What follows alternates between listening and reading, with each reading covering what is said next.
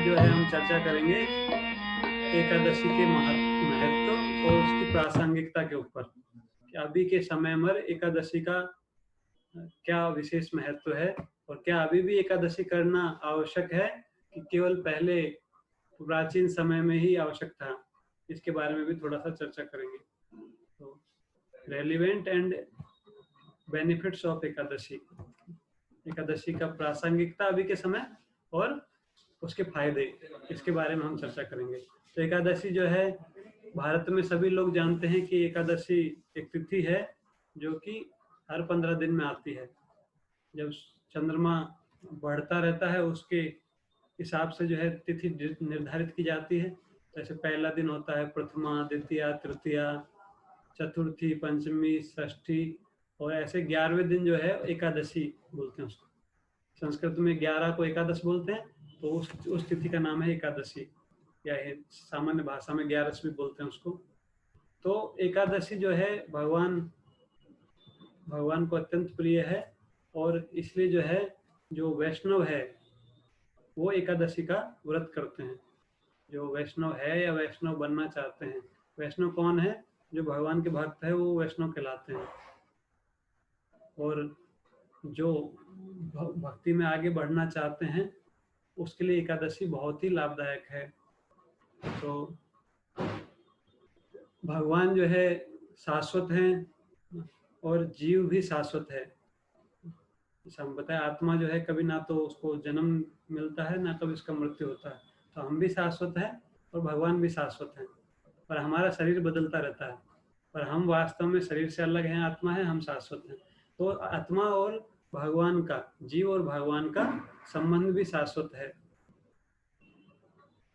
तो जीव जो है भगवान से जब अलग रहता है, भौतिक संसार में माया के प्रभाव में रहता है, तो फिर वो भगवान को भूल जाता है और भगवान के बारे में उसको जानकारी नहीं होती है। तो भगवान दया करके उसको जो है कई प्रकार की शिक्षाएं देते हैं। ऐसा बताया गया चैतन्य चरितामृत में, माया मुग्ध जीवेर नाही स्वतः कृष्ण ज्ञान, जीवेर कृपा कोइला कृष्ण वेद पुराण। कि माया से मोहित होने के कारण जीव को स्वतः रूप से कृष्ण का कोई ज्ञान नहीं है, जो है कृष्ण के बारे में उसको जानकारी नहीं है। तो इसलिए जो है जीव पर कृपा करके भगवान क्या करते हैं, वैदिक साहित्य का निर्माण करते हैं। वेद और पुराण की सृष्टि भगवान ने किया किसके लिए? जिससे कि हम जो है भगवान के संबंधित ज्ञान को शास्त्रों से जानकारी प्राप्त कर सकें। क्योंकि हम अपने प्रयास से, अपनी बुद्धि से जो प्रयास करते हैं कुछ ज्ञान प्राप्त करने का, उसमें 4 कमियां रहती हैं। हमारा स्वभाव है गलती करने का, इंद्रियां अपूर्ण हैं, इंद्रियों से पूर्ण ज्ञान प्राप्त नहीं किया जा सकता, और हमारा भ्रमित होने का प्रवृत्ति है और ठगने का प्रवृत्ति है। ये 4 कमियां सभी संसारिक लोगों में पाई जाती हैं। तो इन 4 कमियों के कारण जो है पूर्ण ज्ञान हम प्राप्त नहीं कर सकते। इसलिए भगवान को बोला गया अधुक सजा, मतलब जिनको अपनी भौतिक इंद्रियों से समझ पाना संभव नहीं है, भौतिक इंद्रियों के द्वारा उनको जानना संभव नहीं है, इसलिए उनका एक नाम है अधोक्षज। तो भगवान को कैसे जाना जाए? तो इसलिए भगवान ने सहायता करने के लिए हमको वैदिक साहित्य का प्रदान किया है। वैदिक साहित्य जो है वो हमारे जीवन के मार्गदर्शिका की तरह है। जैसे कोई मशीन होती है, उसका मैनुअल होता है, तो मशीन को कैसे ऑपरेट किया जाए, इसका उद्देश्य क्या है, क्या सावधानियां इसको चलाने में रखनी है, ये सब जो है उसकी मैनुअल में, उसके साथ में जो एक पुस्तिका आती है, उपयोग पुस्तिका, जो उसी में सब कुछ लिखा रहता है कि किन किन मेथड्स का यूज करना है, किन किन तरीके से इस मशीन को चलाना है, और फिर इसकी क्या क्या सावधानी रखती है। जैसे मोबाइल है, मोबाइल के साथ भी एक यूजर मैनुअल आता है कि मोबाइल को कैसे उपयोग करना है।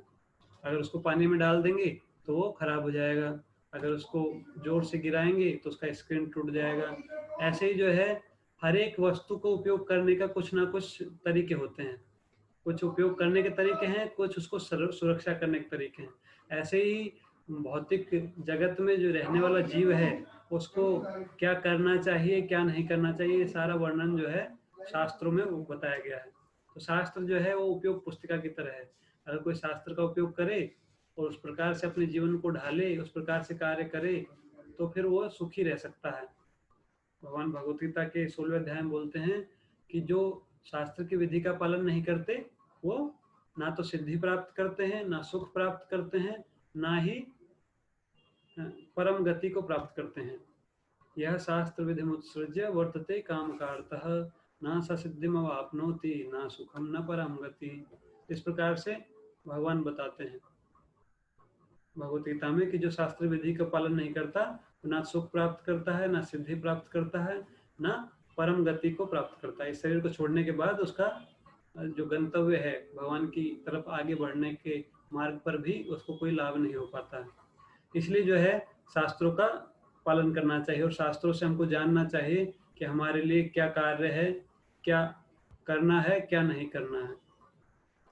तो शास्त्र इसके लिए मार्गदर्शन प्रदान करते हैं।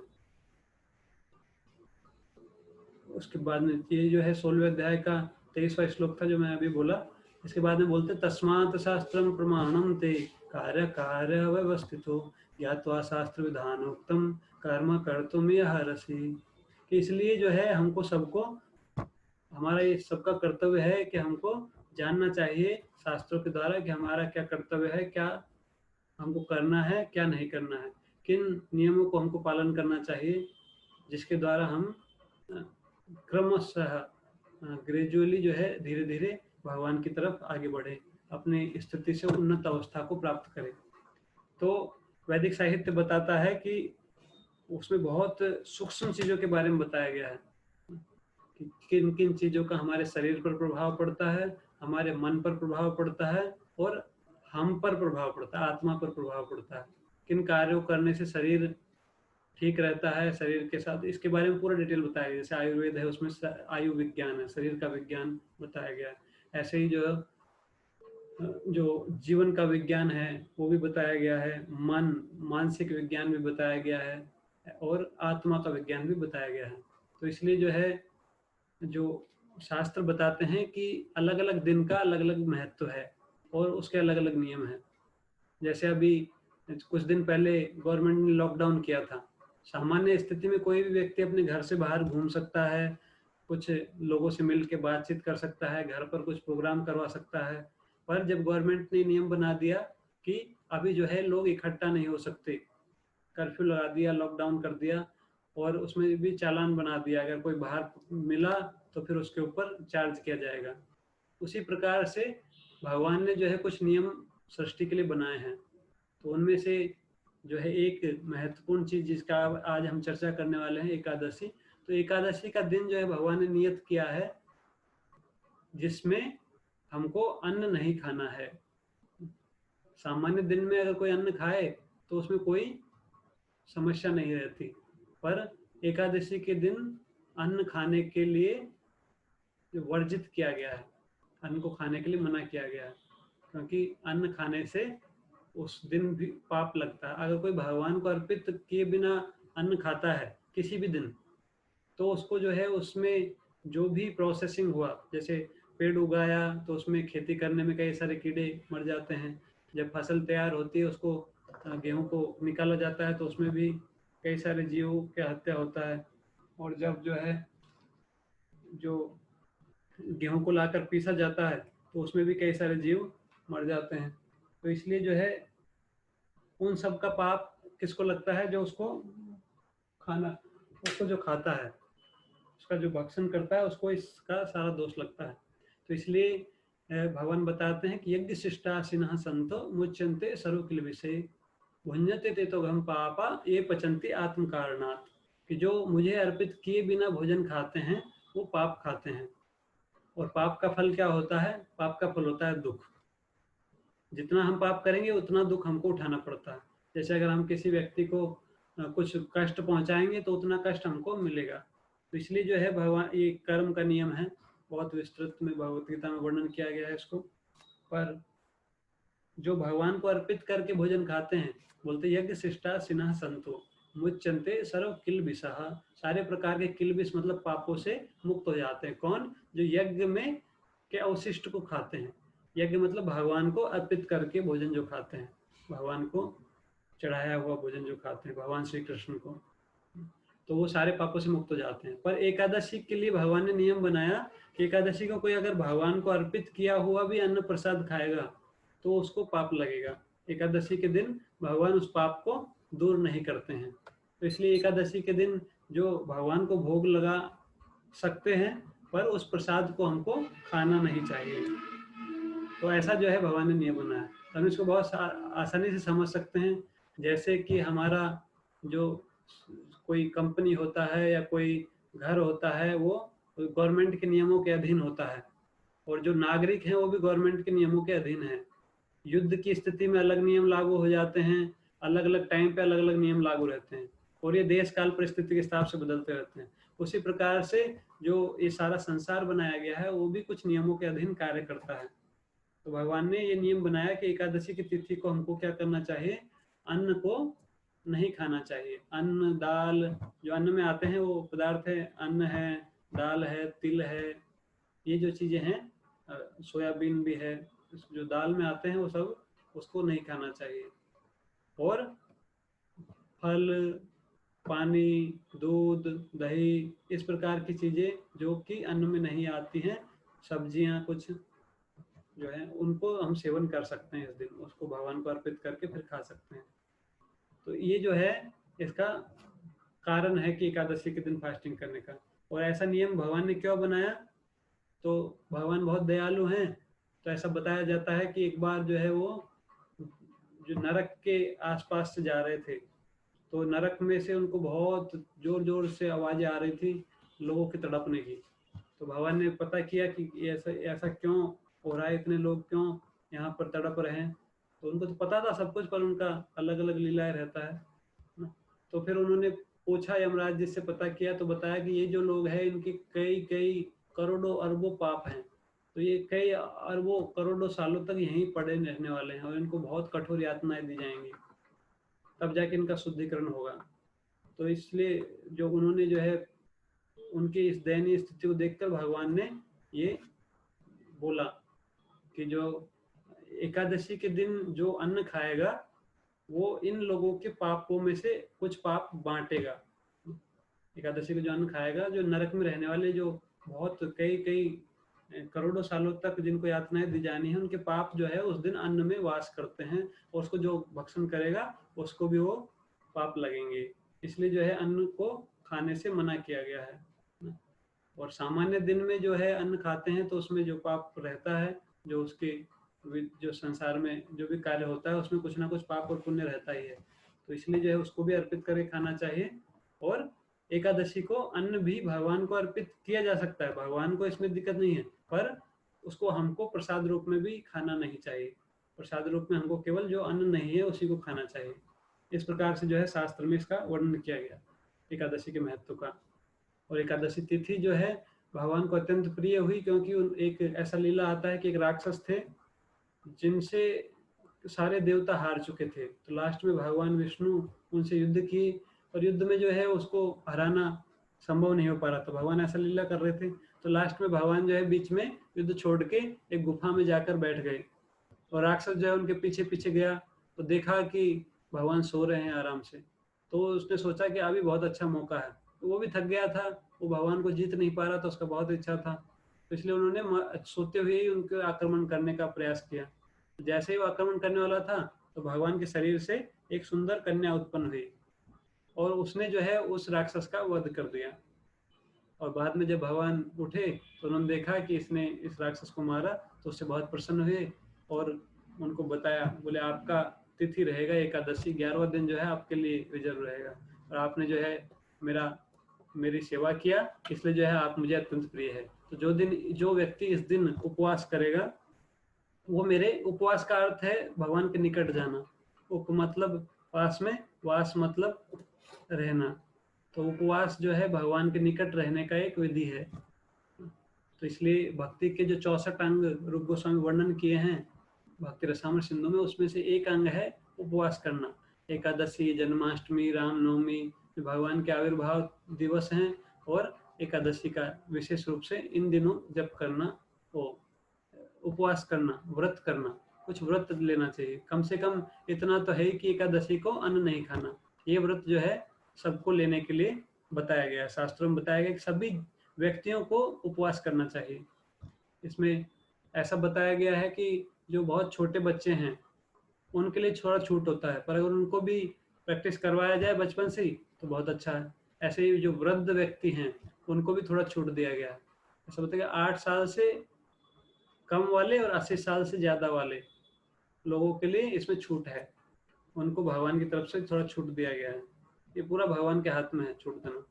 तो इसलिए जो है, पर फिर भी अगर कोई करना चाहे तो कर सकता है, क्योंकि खाने के लिए बहुत सारी चीज़ें हैं ना, अन्न के अलावा इतनी सारी वैरायटी है। भक्त लोग कई 56 भोग भी बना देते हैं एकादशी को ही ना। कुट्टू का आटा, राजगिरी का आटा, इनसे पूड़ी भी बना लेते हैं, हलवा भी बनाते हैं, केक भी बना देते हैं, कई सारी वैरायटी बना देते हैं। तो इसलिए जो है खाने का कोई कमी नहीं है। कम से कम अन्न अवॉइड करें। 1 बार खाओ, 2 बार खाओ, 3 बार खाओ, पर अन्न मत खाओ।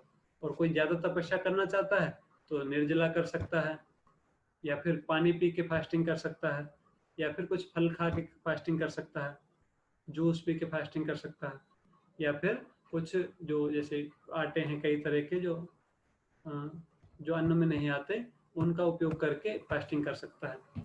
तो इसलिए जो है, जैसा नियम पहले था द्वापर युग में, सतयुग में, त्रेता में, वैसा ही कलयुग के लिए अप्लाई है। ऐसा नहीं है कि कलयुग में चेंज हो गया है। शास्त्रों में जो बताया गया है कि अभी के समय पर भी एकादशी उतनी ही इम्पोर्टेंट है जितना पहले समय थी, उल्टा भी ज़्यादा इम्पोर्टेंट है। क्यों? क्योंकि हमारा जीवन कष्टों से भरा हुआ है, और अगर हम एकादशी के दिन व्रत ना करके अन्न का सेवन करेंगे तो उससे हमको पाप लगेगा, और उस पाप का फल क्या होगा? कष्ट होगा। कष्ट के रूप में वो फल हमको प्राप्त होगा, और हम चाहते हैं सुखी रहना। तो जो भी व्यक्ति सुखी रहना चाहते हैं, या जिनको हम सुखी करना चाहते हैं, उनको हमको ये सलाह देना चाहिए कि हम एकादशी का व्रत करें। व्रत कर बहुत सिंपल है, उसको बहुत सरलता से बताना चाहिए। राजस्थान में सामान्यतः जान लोग समझते हैं कि एकादशी मतलब एक ही टाइम खाना है, और बहुत बहुत कष्ट होता है, इसलिए धीरे धीरे लोग छोड़ते जा रहे हैं। इसलिए जो है शास्त्रों में बताया गया कि एकादशी को आप अपनी क्षमता के हिसाब से खा सकते हैं, पर केवल अन्न नहीं खाना है। अन्न, दाल जो अन्न में आते हैं उसको नहीं खाना है। एकादशी में जो उपयोग की जाने वाली सामग्री है उसको हम खा सकते हैं। अगर किसी को आवश्यकता है कि एक बार में उससे हो नहीं रहा है तो 2 बार खाए, 3 बार खा के करे, पर अन्न ना खाए। और ऐसा जो है हम अपने घर वालों के लिए भी उनसे रिक्वेस्ट करके उनके लिए भी अप्लाई कर सकते हैं। तो इसमें सबका लाभ होगा, क्योंकि उनको पाप नहीं लगेगा तो उनको कष्ट उठाना नहीं पड़ेगा। तो जिनका हम अच्छा भला ही चाहते हैं उनको हमको ये सलाह देना चाहिए कि वो एकादशी करें। दूसरा जो है एकादशी का आध्यात्मिक महत्व, ये तो हुआ पाप के स्तर पर। आध्यात्मिक रूप से एकादशी का जो व्रत पालन करता है और उसके दिन जो भगवान की सेवा करता है, उसका लाभ जो है 100 गुना या 1000 गुना ज़्यादा होता है। जैसे सामान्य दिन हम जो भगवान का नाम लेते हैं, उसका 1000 गुना ज़्यादा लाभ एकादशी के दिन भगवान का नाम लेने से, भगवान की पूजा करने से, भगवान के शास्त्र अध्ययन करने से, भगवान की कथा सुनने से मिलता है। भगवान के लिए जो भी कार्य करते हैं, भक्ति में कार्य जो करते हैं, उसका कई गुना ज़्यादा लाभ मिलता है। और एकादशी के दिन इसीलिए ही कम खाने के लिए बताया जाता है। कम खाना, कम सोना, ज़्यादा सेवा करना, ज़्यादा माला करना, ज़्यादा शास्त्र पढ़ना, ज़्यादा कथा सुनना, ज़्यादा पूजा करना। इस प्रकार से अपनी भक्ति को बढ़ाने का ये दिन है। तो इस दिन जो है हमको भक्ति के कार्यों को ज़्यादा करना चाहिए, क्योंकि खाने का समय बचेगा ना। और अगर हम ज़्यादा कर भी नहीं पाते तो कम से कम अन्न नहीं खाना चाहिए। तो अगर इतना भी कोई प्रयास करता है तो भगवान उससे अत्यंत प्रसन्न होते हैं। जैसा भक्तिनाथ ठाकुर महाराज इस भजन में बताए थे, माधव तिथि भक्ति जननी यतने पालन करी। एकादशी तिथि का इतना महत्व है कि अगर कोई अनजाने में भी एकादशी करता है तो उसको भी लाभ मिलता है। एकादशी के हर एक व्रत की अलग अलग कथाएं होती हैं। तो उसमें एक कथा आती है, उसमें एक व्यक्ति था, एक राजकुमार थे, उनको पता नहीं था एकादशी करने का। और जब वो अपने ससुराल गए तो ससुराल में सब लोग एकादशी करते थे, और राजा का स्ट्रिक्ट आदेश था कि सबको एकादशी करना अनिवार्य है। राजकुमार को पता नहीं था, तो उनको जो है किसी ने खाने के लिए पूछा ही नहीं, कुछ खिलाया ही नहीं, और आए रुके पर किसी ने खाने के लिए बोला नहीं। राजकुमार खुद ही बोले कि मुझे भूख लग रही है, कुछ खाना दो, तो सबने बताया कि आज एकादशी है, आज किसी को खाना नहीं दिया जाता यहाँ पर। तो फिर उनको जबरदस्ती एकादशी करना पड़ा, और वो रास्ते में आए थे तो उनका तबीयत भी खराब हुआ रखा था, इस कारण से जो है वो 1-2 दिन बाद में उन्होंने शरीर त्याग कर दिया। और जब शरीर छोड़ा तो एकादशी गलती से उन्होंने किया था, मजबूरी में, उसके कारण जो है उनको दिव्य देवताओं के समान ऐश्वर्य प्राप्त हुआ और एक विशेष गंधर्वों के समान राज्य प्राप्त हुआ। तो इस प्रकार से एकादशी कोई अगर अनजाने में भी करता है तो भी उसका बहुत लाभ होता है, और भगवान उससे अत्यंत प्रसन्न हो जाते हैं, और प्रसन्न होकर उसको बहुत ऐश्वर्य प्रदान करते हैं। और अगर कोई भक्ति में उन्नति चाहता है तो भक्ति में बहुत तेजी से आगे बढ़ता है।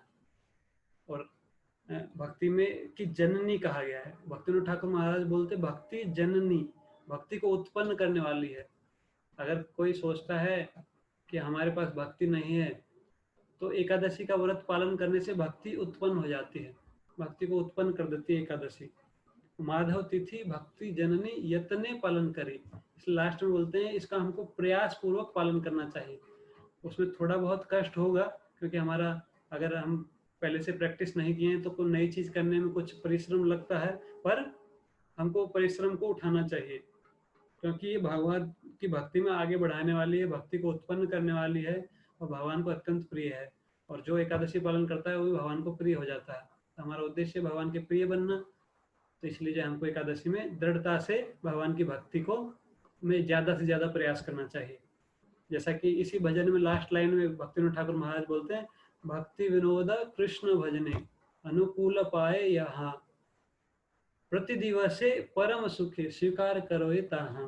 भक्ति में जो उन्नति करना चाहता है उस भक्त का लक्षण क्या है कि वो भक्ति विनोदक पर अनुकूल पाए यहाँ, भक्ति के अनुकूल जो उसको प्राप्त होता है। अगर कुछ भक्ति के अनुकूल कोई चीज उसको सुनने में आती है तो उसको प्रति दिवस से परम सुखी, बहुत सुख पूर्वक उसको हर दिन भी अगर कुछ मिलता है तो उसको स्वीकार करता है। तो जो एकादशी है वो तो भक्ति के लिए परम अनुकूल है। अगर कोई भगवान का साक्षात्कार करना चाहता है, भगवान की भक्ति में आगे बढ़ना चाहता है, तो एकादशी एक दिन भी अगर कोई नियम पूर्वक भगवान का नाम जप करे, फास्टिंग करे, तो वो समझ सकता है कि हाँ, भगवान के ऊपर उसका श्रद्धा जो है वो तुरंत बढ़ जाएगा। और जैसे जैसे वो भक्ति करता जाएगा, आगे एकादशी का पालन करता जाएगा, वैसे वैसे श्रद्धा उसका बढ़ता जाता है, सुकृति उसका बढ़ता है, और सुकृति के कारण सुकृति जात श्रद्धा उसके अंदर उत्पन्न हो जाता है। श्रद्धा कई तरीके से बढ़ता है, तो एक तरीका है सुकृति, कुछ पुण्य कार्य। तो ये भक्ति में पुण्य कार्य है एकादशी का पालन करना, उससे जो है हमारी श्रद्धा भगवान के प्रति बढ़ जाती है। दूसरा, साधु संघ से भी श्रद्धा बढ़ती है। कोई भक्त है जिसके अंदर दृढ़ श्रद्धा है, उसके संग से भी हमारा भक्ति में श्रद्धा दृढ़ हो जाता है। तो अगर एकादशी के दिन हम भक्तों के से श्रवण करें, भक्तों के साथ मिलके जप करें, या भक्त अपने घर पर ही रहकर जप करे, और कुछ भगवान के बारे में अध्ययन करे, शास्त्र अध्ययन करे, तो इससे हमारा श्रद्धा कई हजारों गुना ज्यादा बढ़ेगा। तो इस प्रकार से एकादशी का विशेष महत्व है, और अभी की स्थिति में भी ये पूरी तरह प्रासंगिक है। ऐसा नहीं है कि पुराणों में इसका वर्णन है, हजारों साल पहले ही एकादशी का महत्व था। अभी तो कलयुग चल रहा है कि 21वीं शताब्दी चल रही है ना, तो अभी जो है इतना महत्व नहीं है, ऐसा नहीं है। अभी भी वो उतना ही प्रासंगिक है और बहुत महत्वपूर्ण है, और ये भगवान के प्रति हमारा जो विश्वास है, श्रद्धा है, उसको तुरंत उच्च स्तर पर ले जाने वाला है, और भक्ति में हमको बहुत जल्दी प्रगति करवाने में सहायक है। इस प्रकार से हमने आज चर्चा किया एकादशी की प्रासंगिकता और उसके लाभ के ऊपर। तो लाभ जो है ये होता है कि भगवान के धाम में हमारी एंट्री का मार्ग जो है प्रशस्त हो जाता है, बैक टू गॉड हेड, जो कि हमारे जीवन का लक्ष्य है, भगवान के सानिध्य को प्राप्त करना। तो एकादशी की व्रत के द्वारा हम भगवान के सानिध्य को बहुत आसानी से प्राप्त कर पाते हैं। तो आज के लिए जो है हम यहीं पर समाप्त करेंगे। आपका कुछ प्रश्न हो तो पूछ सकते हैं। हरे कृष्णा।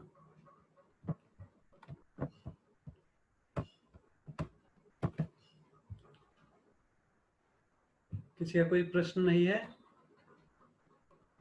तो हम एक बार हरे कृष्ण महामंत्र बोलकर आज का कथा समाप्त करेंगे। हरे कृष्णा कृष्ण कृष्ण हरे हरे, हरे राम राम राम हरे हरे।